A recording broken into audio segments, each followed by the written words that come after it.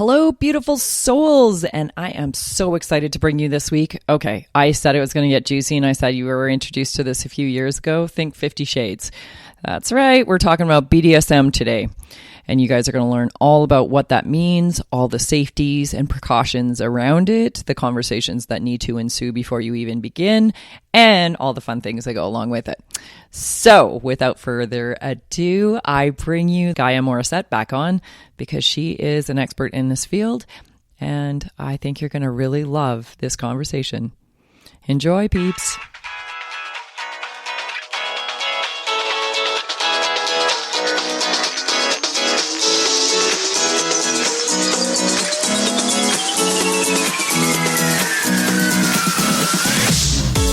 Welcome to Fear It Goes, the podcast all about taking your fears with you and doing it anyway. I'm your host, Brandy Taylor.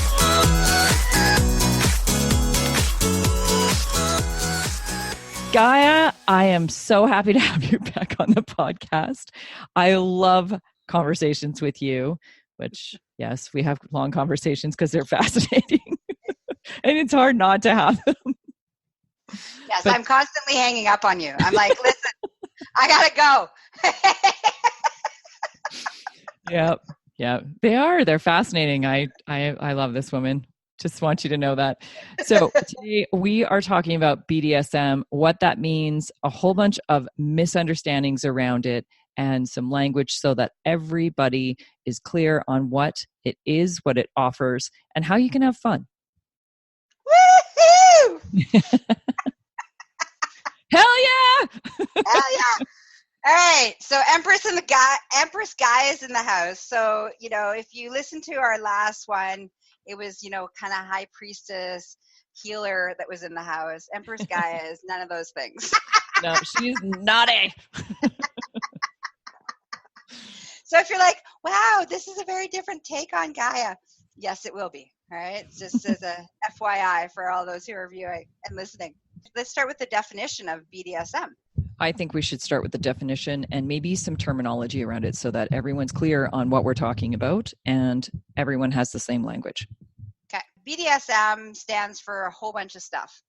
So we have B for bondage, D for dominance, S for sado, M for masochist. We got S and M for slave and master. We have dom, sub. It's basically there's all these different terminologies that are all fall underneath that category of BDSM. And typically for me, when I say BDSM, I basically, to simplify it, kink. It just simplifies whatever that definition means for you. And all the levels and areas of that spectrum. Exactly. Yep. Exactly. All right. And when I identify kink is anything that is not vanilla. And I guess we should talk about vanilla too. Mm-hmm. Mm-hmm. So what's your definition of vanilla? And then I'll weigh in on my definition of vanilla. Well, if I just look at vanilla, I think it's pretty boring, but that's just me. Each to their own. I don't like that so much. However, so for me, vanilla would be pretty standard, typical sex that is less playful, less exploratory, doesn't really involve anything beyond just... That's a good question, actually.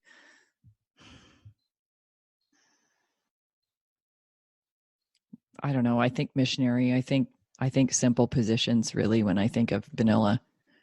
I don't think it's really talking too much, and I don't think it's really expanding who you are or playing in the bedroom as much as it certainly can be. Mm-hmm. So my definition of vanilla is basically missionary, doing it with the lights off. Oh. Unless that's your kink, where it's for me to turn off the lights, but that basic sort of, and a basic sequence of kissing, groping, maybe oral sex, maybe right. Not oral sex, and intercourse or penetration of some sort. Right. And then go, go, go, get off, done. And then done, Right. and then we're done. Right. So that's my definition of vanilla. So I think it's really important because when we set up the parameters of what kink and what BDSM could look like, so pretty much anything outside of that could technically fall into the realm of kink, depending on who you are and where your sexual exploration is. Mm-hmm. So it doesn't mean that you have to swing from the chandeliers and, go hardcore, from your nipples. Okay. It might, if that's your thing, but it doesn't have to go from doing it missionary to swinging from the chandeliers from your nipples. There's so much variety and possibilities in between those worlds. Which was, I have to say, one thing that was really good that came out of 50 Shades of Grey was there was a lot of introduction to some sides of kink through that book. And a lot of people were interested in those sides of kink, but still sit back going, oh, I can't do that. I can't do that. Or I can't ask my partner for that, even though I really want to try that. Yes. Okay, so back to terms. Sorry, I got sidetracked there. My bad. I did too. Okay. Okay, so some terms. So terms you're going to hear us often use is dom, dominant, dominatrix. These are power positions and power exchange positions. So the dominant in a scene, and a scene is what a sexual activity, The sex scene is. The sex scene is, right? That's what it's called in the BDSM world. It's called the, scene. And so you have a dominant in that situation who's running the show. Then you have or top, right? So it's like you got top, dom, dominant, male, female scenario. And then we have our submissives, which can be identified as, a slave, a submissive, a bottom. There's all sorts of different levels of power exchange that happens. And those levels of power exchange always, if you do it from a place of healthy and consent, which is all that we really support here. And we talked about consent in a previous podcast, so we know what enthusiastic, exuberant consent means. Is a negotiation of what everybody's power exchange and roles are going to be before the scene happens. So that's Very really important, very, very important for everybody to understand. And to set up the guidelines, and everyone agrees on those guidelines. Yeah. Yes. And has the expectations going in. Yes. Which brings us to hard limits. You'll hear that terminology. We have hard limits and soft limits. And so a hard limit is fuck no, never going to happen, no way. And before you go into a scene, everybody needs to know what those hard limits are. And they're absolutely respected. A soft limit is, well, I might be open to some part of that. We need to sit down and negotiate what that looks like. There's a little more fluidity in soft limits than there are for hard limits. Now, in a soft limit, wouldn't that also be where a safe word would come in? Because it could be something I'm not familiar with. I want to try that. Nope, this ain't okay. When you're in the midst of it, right? Yeah. And which is great. So let's talk about safe words, right? Pineapple! So a safe word is something that is predetermined. So both parties, or however many parties are in your scene, all know that when this word is said, everything stops immediately. Now there's a standard of green, yellow, red, and I'll go into those in a second, or you can be creative like with pineapple or kumquat or whatever. Shirley Temple. Okay, whatever. Oh, no. Whatever one you want to come up with, all right? So green, which very rarely does anybody ever use, is go, more, like it. Yellow, it can be used in two different ways. One, letting the submissive, the bottom is letting the top or the dominant know that they're getting close to red. Or yellow can also be used as a way to check in without breaking the scene or breaking any rules about power exchange. It's like yellow, somebody needs to check in. Could be that my left ass cheek hurts. I got a cramp in my foot. I got a cramp in my foot. I really, really need to go pee. It could be any of those things, right? So yellow is used from that capacity. That's when I'm playing. That's usually how I use yellow. It's just a great way of just checking in. And then red is, minute red is said, there's not one more hit. There's not one more moment. It immediately stops. And then the dominant needs to check in with the submissive to find out what they need. Do they need that the scene stops, everything stops, just the activity stops? What's going on there? It's very important to be really, really clear and always, always checking in and always having that consent. Yeah. All the way through. All the way through, from start to finish to after. So let's talk about aftercare, because that's a terminology that you should hear. If you're not hearing in the conversation and negotiation of play of how aftercare is going to be handled, then I highly recommend do not play, because that person is not responsible. Which you and I talked about before, because there's a lot of misconceptions in this particular space where people think that it's all about beatings and things like that. And there is a massive distinction between a dominant and submissive situation where the dominant is there to care for the submissive. In some way, shape, or form, that dominant is responsible for that submissive. Whereas sometimes we will see dominants that don't give a flying hoot about the submissive, and they just do what they want. And they don't set up the rules, and they don't lay these ground rules and groundwork out. And honestly, that's trouble. That's set up for trouble. Yeah, so let me talk about aftercare, and then let's come back to that, because that's a really important one to talk about.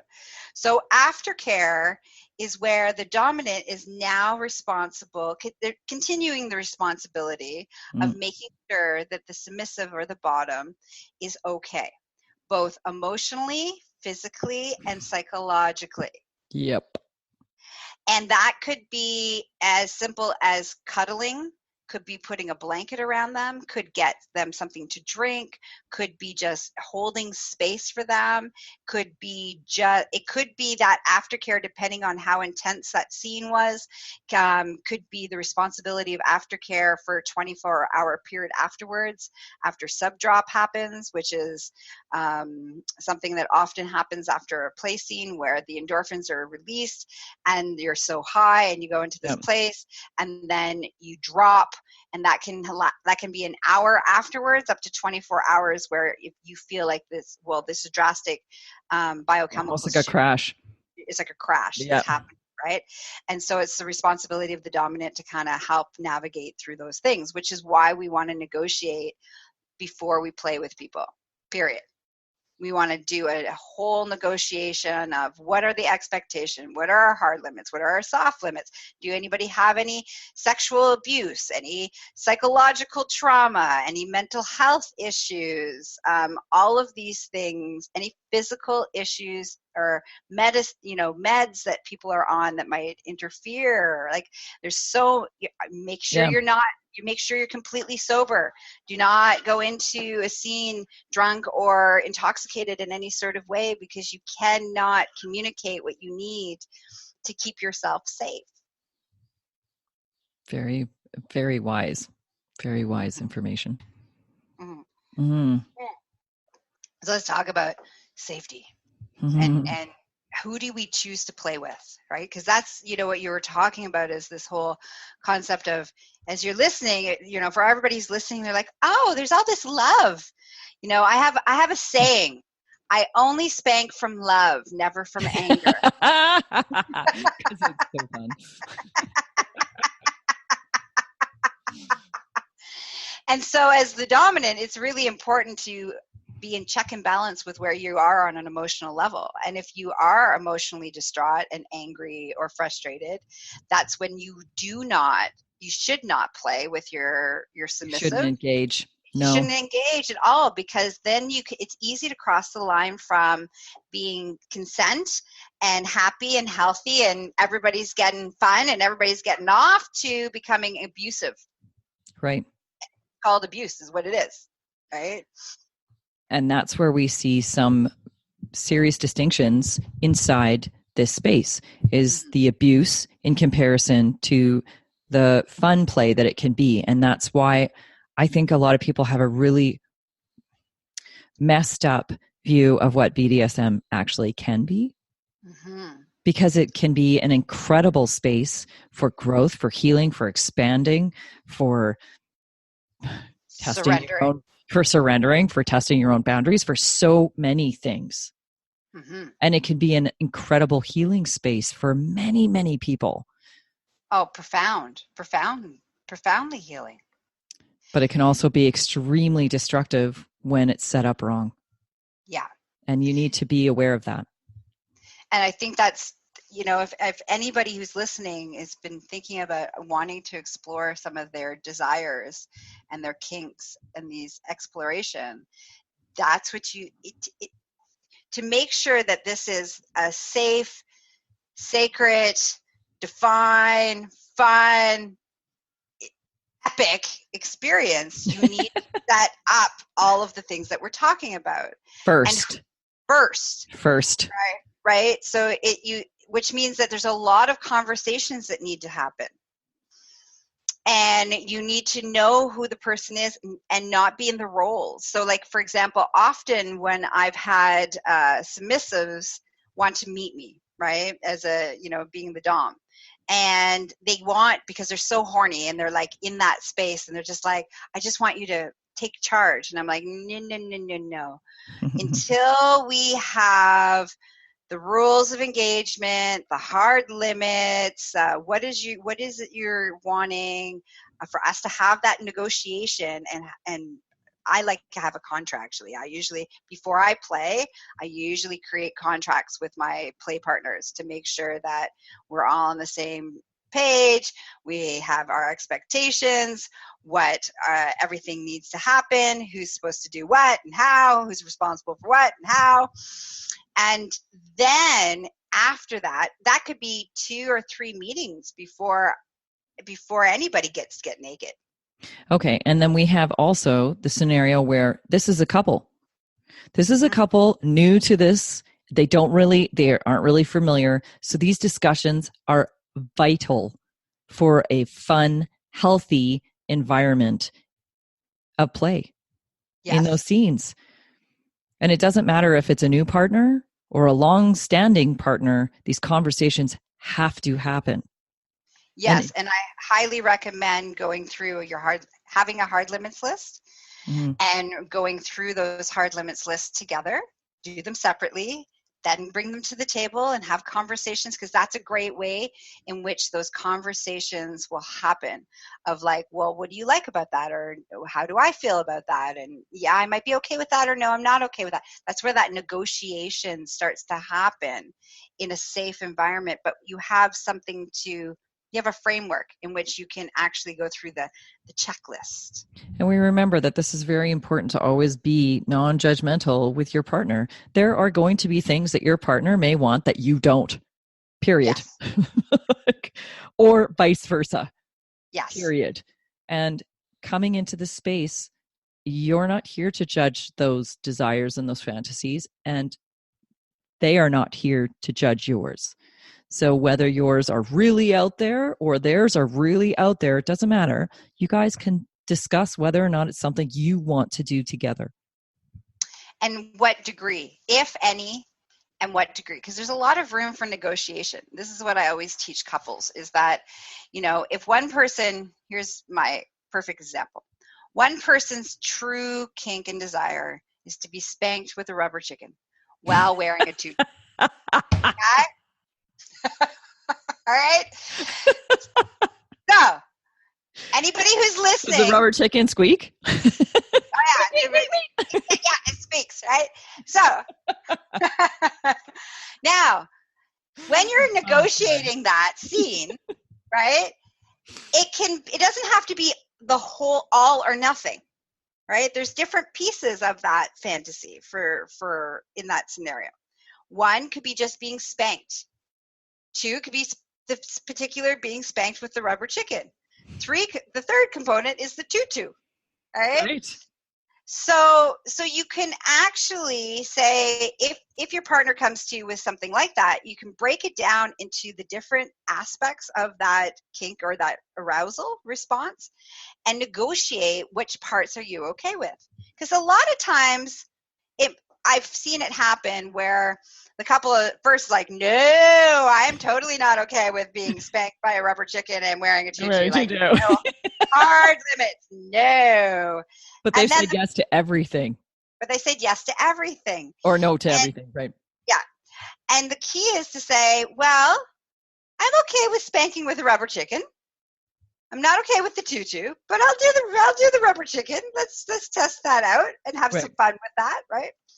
What typically happens is that you get so turned on because your partner is so aroused by it, then it turns into like where your line was, that you were like firm, you thought was, it starts to move. And then you're like, what? It's like, because what the hell? Because you're more playful in the moment, and because you realize how fun this actually can be, even though the idea seems totally crazy and out there or ludicrous to you at the time. Yeah. Yes. And then all of a sudden you're like, what the hell? I'll put on the tutu. Like, right? Let's see what happens, right?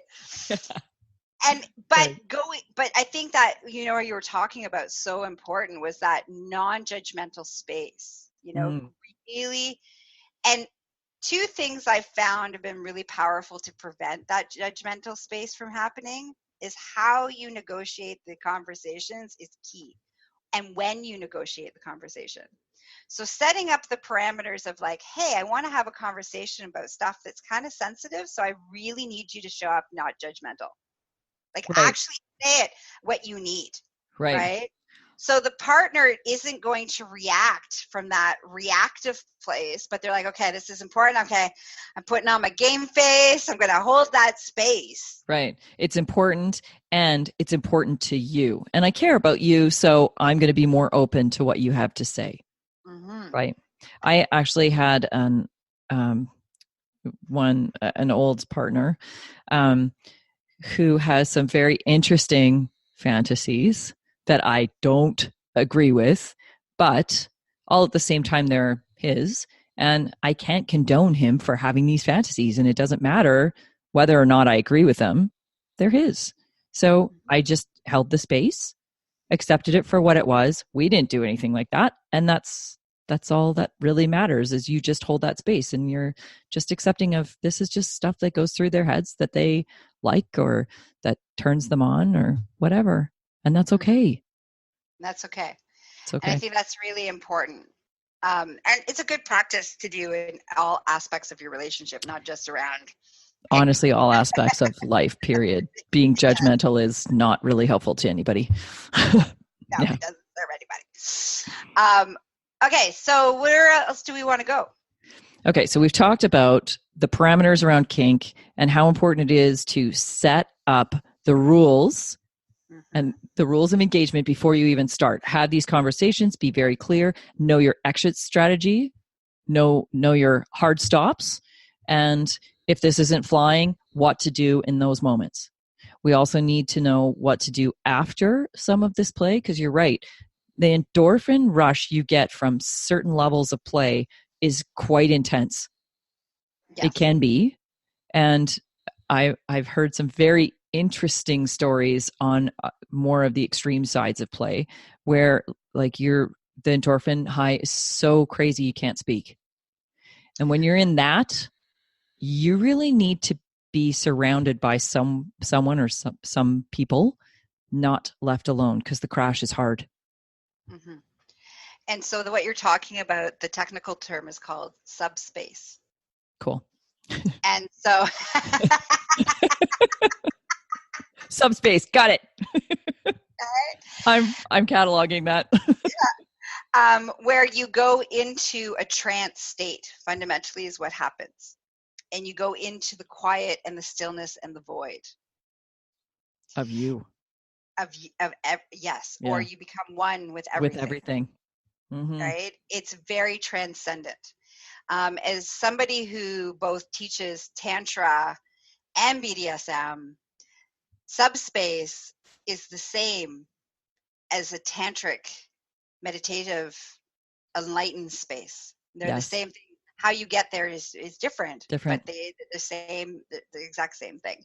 So this is part of why people crave it, is because it's part of their mental well-being, is being able to surrender and let go and to go to that extreme meditative space. And for some people it's meditating, some people it's dancing, some people it's working out, and some people it's being spanked and tied up. That's right. It comes in many different shapes. And forms. Yeah. This is why we were saying there is such an incredible opportunity when you're willing to kind of expand your ideas on play, what you can achieve in this space. Because you really can achieve levels that sometimes you can't achieve from other avenues. Mm-hmm. Mm-hmm. So let's talk about BDSM and why it's fun. Well, so there's certain practices, right? So you have our bondage, which is anything with restraints. You have your impact play, right? We have your impact play, which is anything that's like hitting, Spanking right? of Spanking, whatever sort. Yes. right? You have your power exchange. So I'm just going through the major ones here, right? Mm-hmm. You have your power exchange where it's not actually about, it's about the mind and the power exchange in the mind that has anything to do with the physical space in that moment. It may not, somebody may say to you, or like one, a dominant may say to a submissive, don't move. They don't need to restrain them. That's right. The submissive knows that there's consequences to moving. And in that moment, that dominant has complete control without actually having any physical restraint whatsoever. So that's that power exchange and that mind stuff that happens that's really fun and hot and sexy. And something here. So a lot of people find that being able to take one of those roles helps them play out something that they're missing in their lives. I have met many very, very powerful people in life that take on a submissive role in the bedroom because they're looking for balance. Oh my God, yes. Mm. I'm gonna come out of the closet. I'm gonna share. Yes. Yes. I love it when you share. So I'm an incredibly dominant personality in life, period. And that's always been the way, that's always been the case. However, I needed to learn how to surrender. And in order for me to learn to surrender, which made me, instead of being an uber control freak bitch, learning to surrender has helped me to become a powerful leader, which is a very different energy and a very different way in which I move. But the only way I could do that was for me to learn how to surrender and submit. And so for me, how I achieved that was my ex-husband was able to dominate me, and we started to explore. We started to explore into the world of BDSM. And he took that role of dominant in our sex life. And I learned kicking and screaming. Hard to give up control, darn it. And God love his soul for being so incredibly patient. And, kicking and screaming through the process of surrendering. But I remember the moment. It's crystal clear. And usually when I share this, it usually brings me to tears because that's how profound it is that moment of quiet stillness that happened for me. My brain was quiet. My brain is never quiet. I felt safe for the very first time in my life. I felt complete, utter trust and safety and nurturing and unconditional love by my partner in that moment. I'd never felt that ever. And coming from a background of trauma and abuse, this is huge for me to have been able to achieve this. And it only happened through BDSM. Now let's fast forward. Because I know what that feels like, I can achieve it without necessarily always having to have my BDSM submissive fix. However, I still need that fix. If I have been uber large and in charge for too long without a session of submission, I'm out of balance. I'm out of whack. And what I need is to be tied up and spanked. And then I'm all good again. We sit here and laugh, but there is so much truth and value in what's being said. I can't tell you how many people find that calm and that balance in life through the bedroom. It's just, you would never think that this is how they achieve it, but this is how they achieve it. Yeah. And I see so many couples that come to me, and in their relationship, one tends to be dominant and the other one tends to be submissive. And what I do to create the balance within the relationship is the submissive becomes the dominant in the bedroom, and the dominant in their relationship becomes the submissive, so that it creates an overall balance within each person and an equality in the relationship. And so, where I always lovingly invite, whatever you typically are in life, take some space, find somebody that you trust and that you feel safe with to do the opposite. Because talk about personal growth and development, there's nothing that gets you there quicker. And also, hopefully there's some orgasmic pleasure that's going on through the process. And it's fun. And it's fun. All right, it's fun.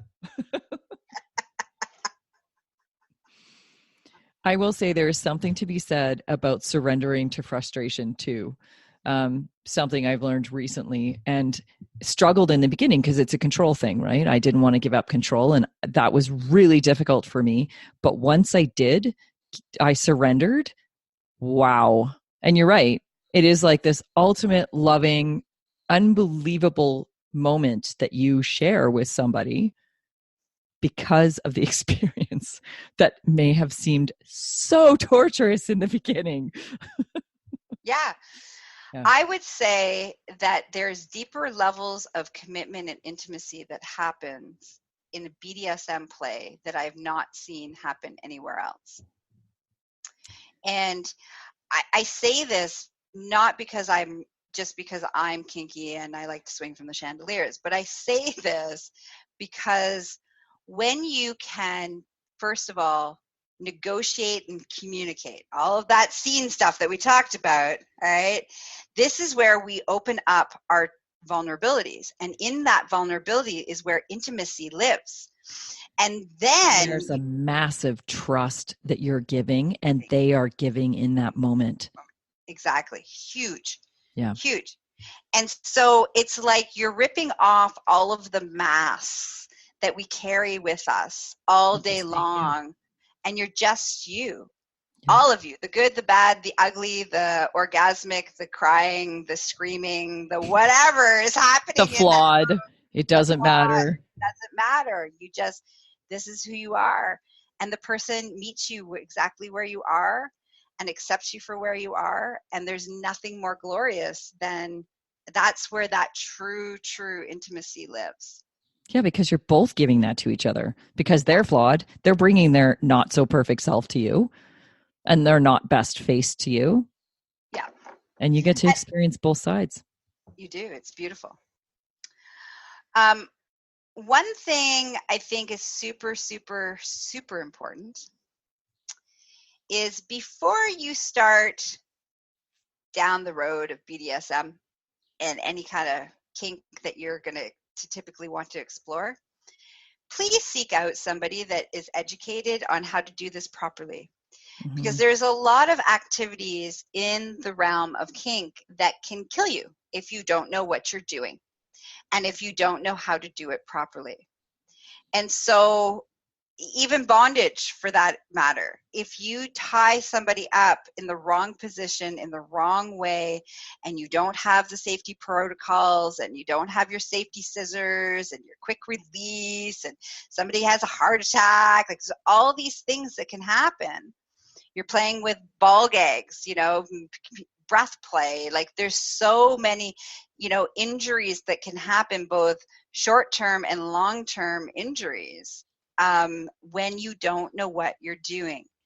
And the truth is that just because you watched a YouTube video or you read an article Right. or you read a book or you saw it in a movie, that does not mean that you are qualified to be. You're now an expert. What are you talking about? You're not an expert.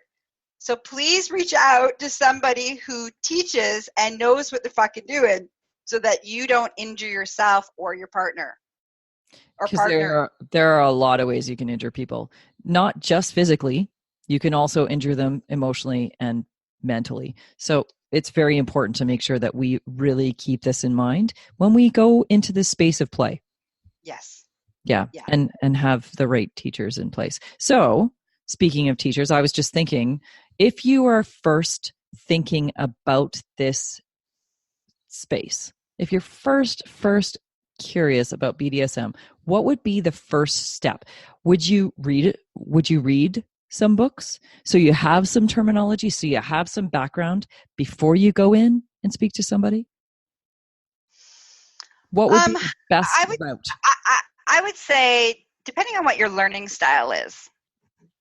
All right. So for some, you know, reading some books, I like the idea of, before you go into the education component, you want to have the desire component. So I am actually a firm believer that this is where you want to go down the role of like expanding your spanked bank, which is your Rolodex of fantasies. Allow yourself to go read erotica, porn, sex stories, like get your juices flowing so that your mind can wrap itself around.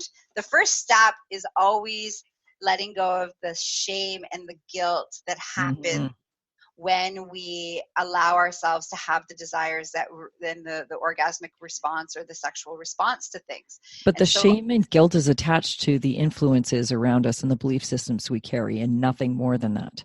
So if we can change the belief system, no, it has nothing to do with us, it has to do with outside influences. So if we can acknowledge that and know that I feel shame or I feel guilt because I've had some influence in my life that's dictated this belief that I now carry, we acknowledge that, we can move beyond it. Yes. And so I think it's really important. And when we're starting this process of exploring in our own minds and our own fantasies and our own, you know, whacking off time, that this actually helps you to have a safe space to practice and explore some of these things without the added fear of what is somebody else going to think. Right. So it's like it prevents that first layer of external fear of those extra people and pieces, right? So you're just saying like the playtime with yourself would be a good start. Would be a good start. Some things that works with. Right. I was going to say, like, actually playing out some of those fantasies, probably not a good idea to do on your own. No. I mean, only in your mind, not actually playing any of the fantasies out in reality, but you are watching it in your mind. It's like your own little porn movie that's happening while you're whacking off. Fun. Okay. So that would be my first thing that I recommend.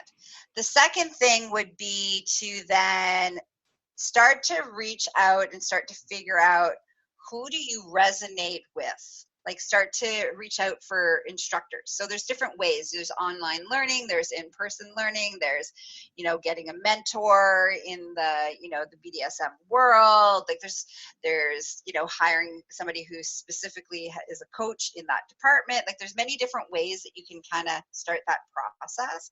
So if reading is your thing, start reading some books. If you like the author, then find out what are they doing and how can you get more from them. That would be a good way of doing it. Go online, watch some videos, connect with some people, ask for other people that you know that you've been watching and paying attention to, you know, but you need to feel safe and comfortable that they know what they're doing. So my question would always be, before I hired anybody, tell me what your experience with BDSM is. What gives you the qualifications to teach me how to be tied up or to spank without doing injury? Why, just because somebody says, oh, I know how to do that, doesn't fucking mean they know how to do that. Okay, so that's really, really, really important, is to do your due diligence and ask some questions and listen to your intuition and your guts in that. If your intuition says there's something off, you don't need to know why. Just listen to it and move on to the next space in which you can go start to learn. Something I came across recently. So I have a friend who decided they were going to hire a dom. I don't even know how he found this dom, because the scenario was not a good scenario. So they hire this dom. Again, I don't know how they found them. I get this call on a Saturday morning at 6 a.m. and they're freaking out. He's losing his junk and he's telling me about the disaster that is the scene. There was no rule set beforehand. So he had no understanding of expectations from her. This scenario was set up so badly and he was traumatized. This is what I was saying. Like, if you're getting into this world, make sure you do your due diligence. Make sure that whoever you're looking at, even associating with or asking questions with, really has the qualifications. Because I question that. I don't even want to say dom, because I don't think that's what she really was, but that's how she presents herself. And just make sure that they're actually qualified people. Yeah, and I think that's the other part of that. I'm going to say this too. Like, there is definitely communities pretty well anywhere in the world that you will come across where there really is genuinely people involved in this kind of lifestyle, and have been in it for a long time and really know their stuff. So a good place, if you're looking online and you just want information, or you want to be able to connect with someone in your city or in that space, I know FetLife is one of those places you can look. Fet standing for fetish, FetLife. And it's a good place to even just have dialogue. Yeah. And even if you get to that place of going to a munch is another terminology of a meet and greet for kinky people in your community. And usually the person who is running, not always, okay, so again, always vet your people, do your due diligence, okay, but often the people who are running those munches are respected within the community, and which means they've been around for a while. And they can help direct you on who to connect with, who to ask questions, who might know what kind of thing that you're into, blah, blah, blah. This is a great way to start to get connected. But again, do your due diligence and listen to your instincts. We can't say that enough here, because this can be super fun. And again, this could be something that you do with your partner, and maybe it's something that you grow with your partner, but know what you're doing and get the information from a credible source. Yes. And I know we're harping a lot about this, safety, and we're like, and somebody's like, well, why, if it's so dangerous, why would even anybody do it? And we'll get to, I promise, we're going to talk about the fun side of things, all right? And you're going to hear people cackle and all sorts of things. We're going to get there. But before we get there, the reason, it's like you're taught as a child to not run with scissors for a reason, because it's dangerous. We are doing the same thing. We are making sure that as you drop into this, that you have all the tools so that you aren't one of these nightmare stories, that you didn't end up in a situation that ended up psychologically, emotionally, and physically damaging you. damaging you for life, right? We don't want you to do that. It can happen if you don't pay attention to what we're saying. If you listen to what we're saying and you're going to be fine. You're going to be fine. You're going right? to, oh, you're not just going to be fine. You're going to be epic. All right. That's right. That's right. All right. So let's talk about fun. Let's talk about fun. So, how much are you going to, you share? Are you going to do any sharing? Or is your audience, are you ready to share, come out of the closet a little bit around this topic? Killing me right now. Okay, so I will say this. I talked a few podcasts ago about an awakening I had, and that for me was coming out of a lot of closets, talking about a spiritual awakening. What I did discover through that spiritual awakening is this. When you experience higher state, the true self, this is the true self that is not attached to all the crazy emotions of judgment and jealousy and anger and resentment and whatever other shameful, disastrous, low-grade emotions we have. This is where you experience unconditional love. And unconditional love opens your eyes up to a whole bunch of things you wouldn't have thought before. So when I experienced this, I very clearly understood what real love was and what that meant for partners or a partner. It meant I didn't own them. It meant that they were able to do whatever made them happy, and I support them because that makes them happy and I love them. Mm-hmm. So in a roundabout way, Gaia, tell you, I have also discovered sides of my life. So I have been more on the dominant side of things throughout my life and explored this on and off throughout my life. And it's very interesting because really in my marriage, I suppressed this. He didn't, I did. Don't ask me why, because I still haven't quite figured out why I chose to do that. I'll figure it out. It will come.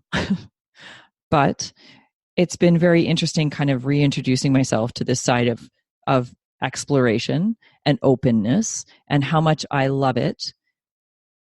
But I've also discovered the other side and talking about submission and how much you gain from both sides. The understanding, the clarity of what you offer through being dominant or being submissive, what you get on both sides. So I can't believe I'm even saying this on the podcast. I am seriously going to kill you.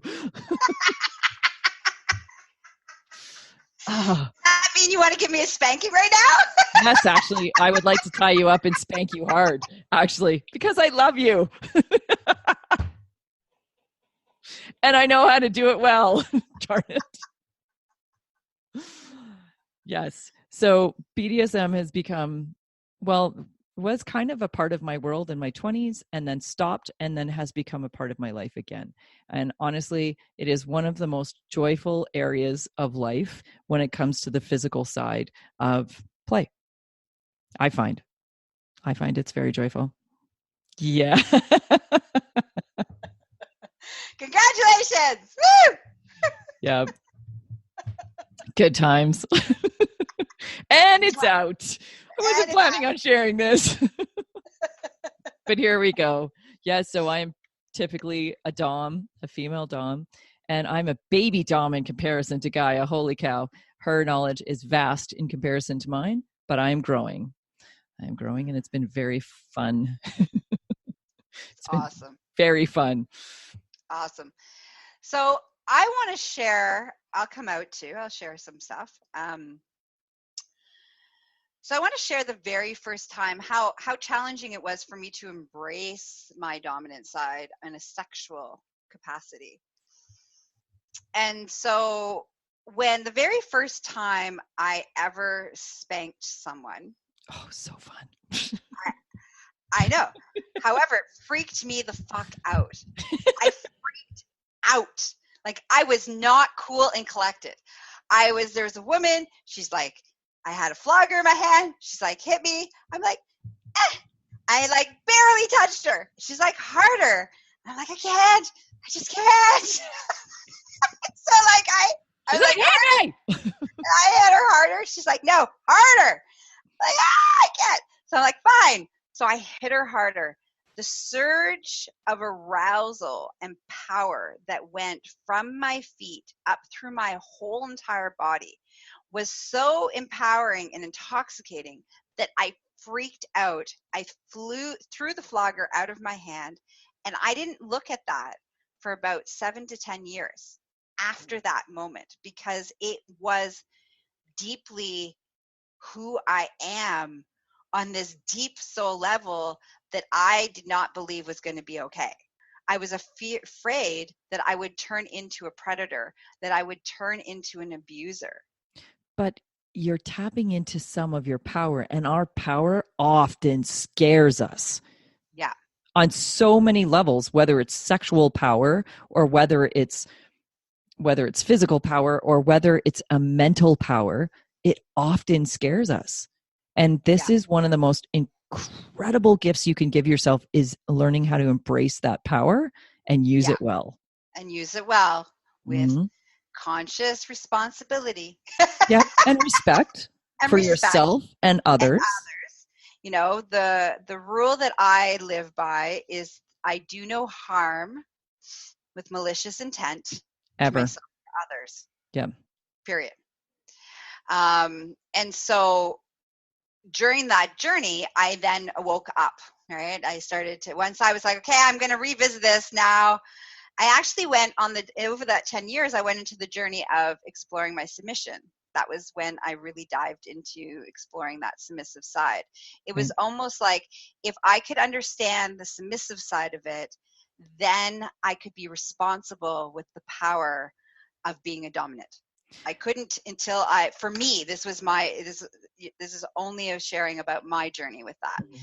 And so once I was able to do that and feel and understand it, then it not being a place of power over or taking power, it was this exchange of power and a gift of power. A gift, because you are this is why I was saying, like, you get to experience some really interesting things when you take on the other side of the role.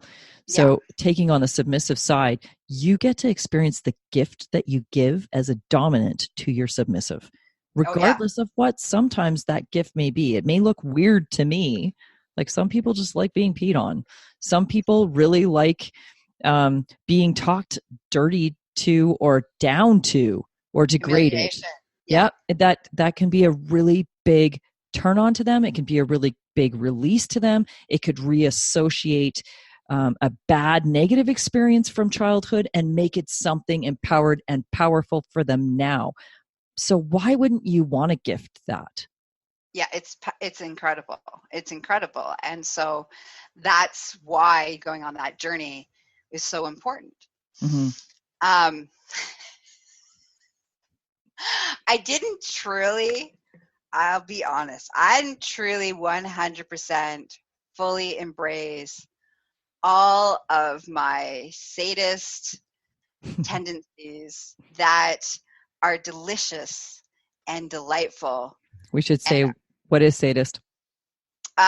Being turned on by other people's discomfort. Okay.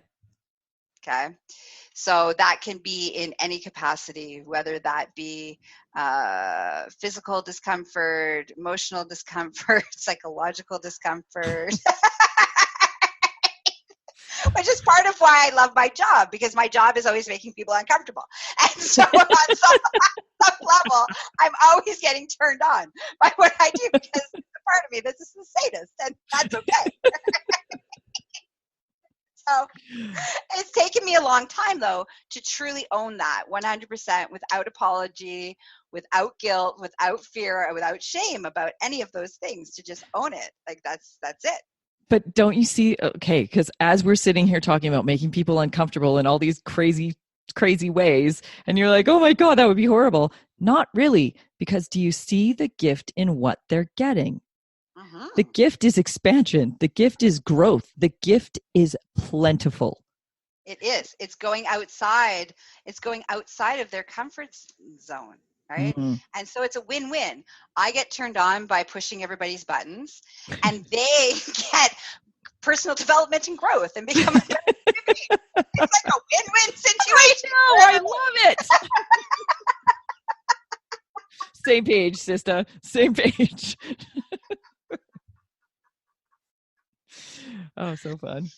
So there's so many different, I think at the end of the day, if you're looking at exploring and expanding as a sexual being, which always translates into the other areas of your life. It does. There's no way of getting around that. They all kind of work together. Because it is part of who you are. Yeah. That the first thing you want to do is give yourself permission to have fun. Mm-hmm. Like play, laugh. If you notice how much we've laughed, even in this conversation, that is what I want all of the listeners to do, is to be able to, how can I make this playful and fun? Whether that's with myself, whether that's with my current partner, whether that's with partners that I have, whether that's with a new partner I'm seeking out, how can I make sex fun? Because what ends up naturally happening, you end up in the realm of BDSM, kink, whether you want to or not. Everybody, it's part of everybody's natural sexual development. When you can't stay in that realm of vanilla. I was going to say, we need to talk about that too. When you get to a space of healthy, where your traumas and your influences no longer dictate your choices. Yes. All of a sudden, you want to explore. You do. You do. And you start exploring. And where that line in the sand, where it was like, oh, there's no way. And I have a bunch of those things. Like, I'll talk, you mentioned peeing. Here's a great one, right? The first time someone ever talked to me about water sports, which is the technical term for peeing on somebody, that I would ever enjoy doing that, I'd be like, no, I can't do that. Never, ever, ever going to happen. Yeah. Not am I never going to pee on someone. No one else is ever going to pee on me. Like, nothing about that is okay. The first time that came into my sphere. Now I'm like, all right, who can I pee on? Oh my God, so funny. And that's about that evolution, right? Our sexuality has an evolution to it. It evolves. You can't stay, well, you can choose to stay stagnant, which means that you're going to have sucky sex and you're going to get bored really quickly and you're not going to have orgasmic releases and all sorts of bad shit. Or you might get off in 2 minutes because that's what you do, because you know how to get yourself off real quick, and then that's done. And that honestly sucks. Well, and that's all, and that you only get to a certain level. It's like a baby drop of sexual pleasure possibilities in that space. When you start to enjoy the exploration, you just continue to explore, and where that ends up by the time you're dead, who knows? Who knows? But it should be fun. But it'll be fun. That's right. But that's life. When we look at the elements and the aspects of who we are, sexuality is a big part of who we are, whether we want to admit it, acknowledge it, suppress it, or not. It is a big part of who we are, and it's a big part of how we express, communicate to our partners. Mm-hmm. And it's a very strong connection we have with our partners. And it's really sad when we don't actually allow ourselves the opportunity to explore that, or to really expand in that space. Mm-hmm. Because we're kind of robbing ourselves and them of these really spectacular moments. Oh, and of pleasure beyond your wildest possibilities, of pleasure possibilities, including even the pain and the pleasure of those pleasure possibilities that can happen. Like you really truly are denying that joy of life, being alive. Okay, I have to say, most people my age got spanked as kids, right? Those were not pleasurable moments, being spanked with wooden spoons or whatever you got spanked with, because almost every mom spanked with a wooden spoon. It's funny because I've literally talked to probably 10 people who have all been spanked with wooden spoons by their mom. But there is something really fun about being spanked as an adult, because you are not being bad in this scenario. Again, it's just a reframing of a negative experience and making it something really great and fun and playful. And playful. And it's reclaiming it.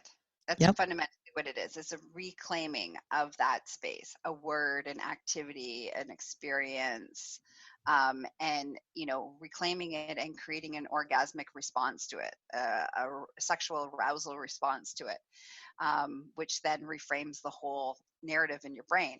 It makes it fun and good. Fun and good. Yep. Just like some of your kinks and desires may have come or been created from a place of trauma.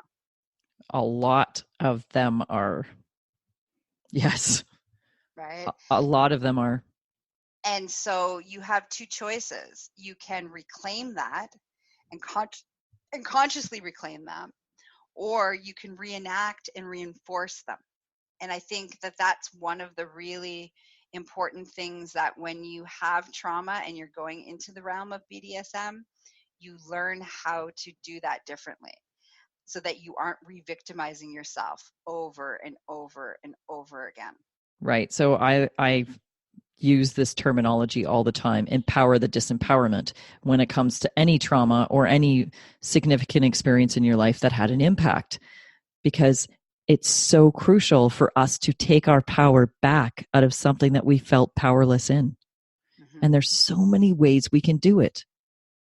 But we have to be consciously choosing it. And what happens in the realm of BDSM, and this is where things can be really messy and really quickly and turn into some pretty dysfunctional shit, is when we aren't consciously aware that we're choosing that.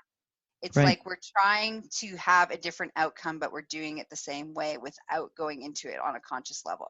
Right. So being aware. Being aware is super important. Being aware, being consciously aware, and making sure that the person that you're playing with has the skill sets to handle that trauma, because that's also can traumatize. If you have trauma and you come into a play scene and you don't, first of all, tell the person that you have trauma that you're playing with, you can traumatize your DOMs because they didn't know about this trauma that existed.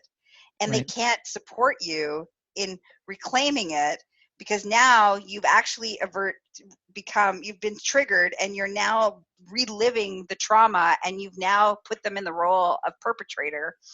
And all of that cannot look very nice and not healthy. It's a very lose-lose situation. All parties are losing. Yes. All parties are losing. There is no benefit to that. As somebody who specializes in dealing with sexual trauma and in relation to kink, it's super, super, super important that if you have physical and sexual trauma, that you must know how to navigate that and when you're bringing it into the bedroom, so that it's not a re-victimization. Okay, so again, I think to myself, for people who are married, and this is now something they are looking to explore. So their partner has no prior knowledge, no prior experience, and they don't either.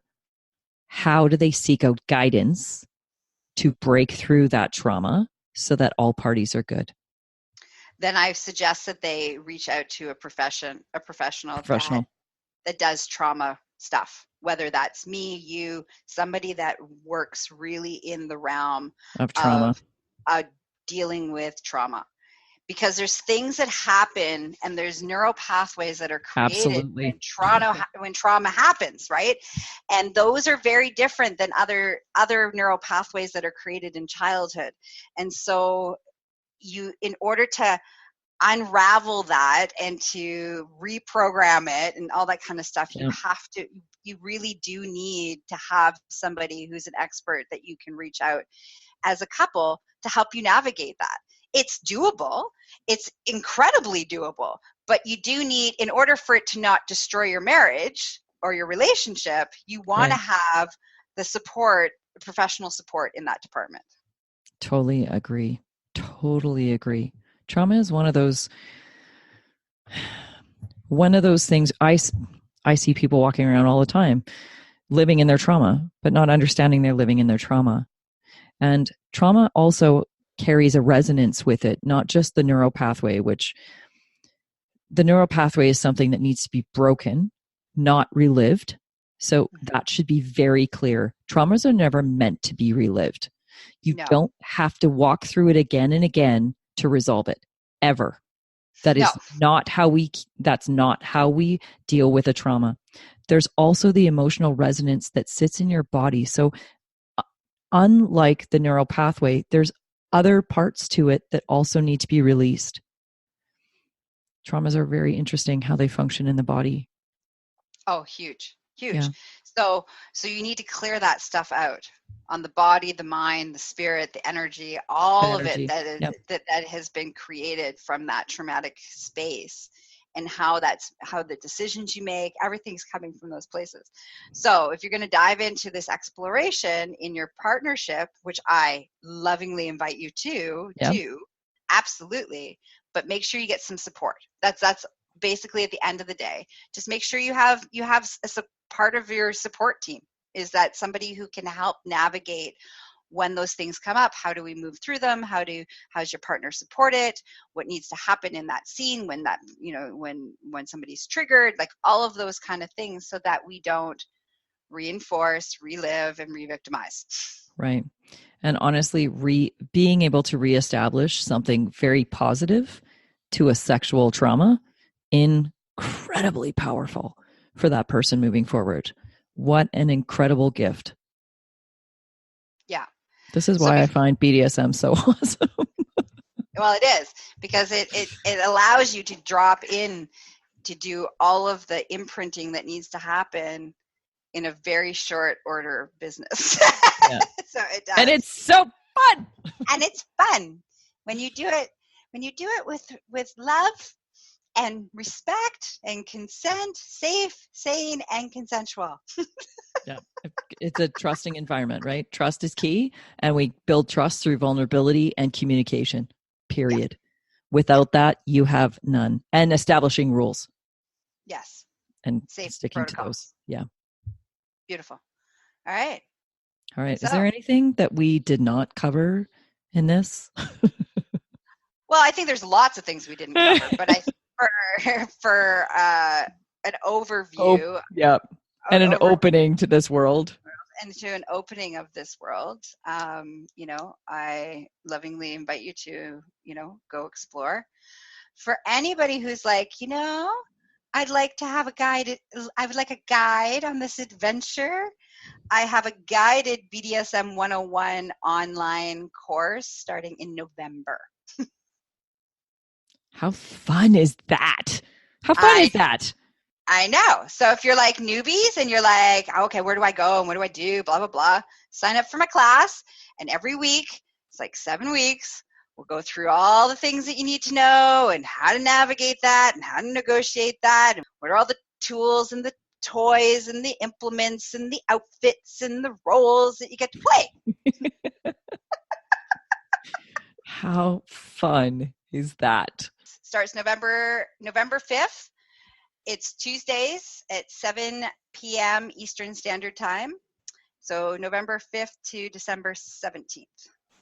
Cool. And this is like an hour-long webinar, or what's the setup? It's 2-hour class for 7 weeks.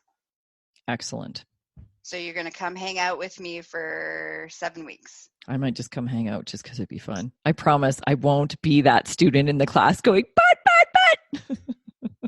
That's fine, because if you I know how to handle early students. It's not my first rodeo, Brandy. Not my first rodeo. Darn it! Can't be the heckler in the back of the room. Shit. He knows now. Bring out my riding crop. He's riding crops. That's no big deal. The belt, however, can be seriously fun. My favorite, okay, so before we end, right? My favorite implement to spank with is my wooden spoon. That is so funny. That is so funny. I have a whole dungeon filled with incredibly expensive, handcrafted toys for me. And my favorite is the wooden spoon. Okay, so I have to admit this. Oh, I probably shouldn't admit this on here, but okay, so I dated someone, and they'll know if they listen to this. I dated someone that used to get himself in a lot of trouble with me. And he was a brat.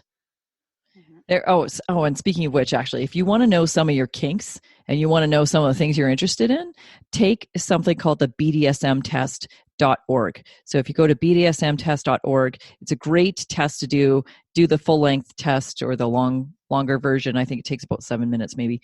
And it's fantastic. It'll give you a breakdown and it actually gives you definitions for each of these roles. So anyways, he was a brat. And it turns out I'm quite a good brat tamer. So he would be a complete brat. And when I would see him, I would lay out some tools and say, which one would you like? I was kind in that respect. He was always going to get it, but it was just a matter of which tool would be used. He would always pick the worst one. So I have a paddle brush for your hair, and it's hard and painful. I have paddles. I can't believe I'm saying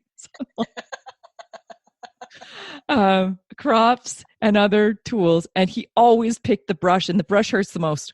Honestly, out of all of the tools I've got, it hurts the most, and he always picked that. Always. So funny. Yeah, always. Well, because they're a brat for a reason. Yes, and they want the punishment.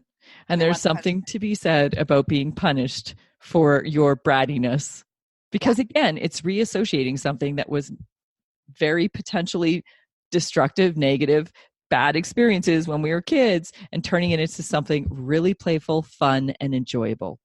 Exactly. Hello, role play. Exactly. Role play. So much fun. So much fun. Okay. Yes. All right. So happy whacking and play and spanking. We hope that you enjoyed this podcast, this episode, and that you got a lot of fun ideas on even how to start the discussion with your partner, whether you have a permanent partner now, be that in marriage, be that outside of marriage, or whether you're just seeking out new partners, or however this may lay out. But we hope that we really gave you enough information to, one, have the conversations, be bold, and get outside your comfort zones and do something that really is quite enjoyable, and to explore a whole different side of you. Yes. Yes. Mm-hmm. Yes. Yes. Yes. Yes. Yes. Yes. Yes. Yes. Yes. And on that note, thank you so much for being with us again. I could do a podcast with you on a regular basis. Talk about sex all the time. Okay. Thank you so much for being on here. It was fun as always, my dear. Have a fabulous day. Bye-bye. And that concludes our conversation on BDSM. I hope you enjoyed that. If you want to get a hold of Gaia, you can absolutely reach her through any of the contacts I'll have inside the show notes. So enjoy. And if you're interested in signing up for BDSM 101, absolutely check her out and sign up for her course. It sounds really interesting. And if you're new to the world, or it's something you're even curious about, then check it out. It's a safe place to go. Come check us out at feargoes.com. If you have not signed up for the newsletter yet, you are missing out. Every week, I send out a newsletter completely different than the podcast, based on tools, tips, things that you can utilize in your life to make it better. I firmly believe that this world will be a better place when we are better people. So the more we do on ourselves, the better we are out in the world today, and the better other people will be with us too. Come sign up for our newsletter. Come like us at Fear It Goes on this podcast. I'd love to hear your comments. We've had some interesting comments come in about the sex series, and I've really thoroughly enjoyed this. It's been so fun. I'm contemplating whether or not I'm going to run one more or whether we're going to wrap with BDSM. It's been such a fun run. I guess we'll find out next week because I'm not really sure what I'm going to do yet. So it's just as big a surprise for you as it is for me. Until next week, my beautiful peeps, I want you to think about this. Your life can be absolutely exceptional. Nothing holds you back from it, but the layers of experience that we've had in our lives, the beliefs that we carry that drive our actions. If you want those cleared, if you want to move through them and really be the exception to the rule, contact me at Fair It Goes. There's nothing stopping you from living that extraordinary life. Nothing. It's just a few little sweeps away. In this case, it might be a few little clicks away on your computer. So anyways, until next week, my beautiful peeps, cannot wait, beautiful souls, to see what comes next week. Until then, have an absolutely extraordinary week.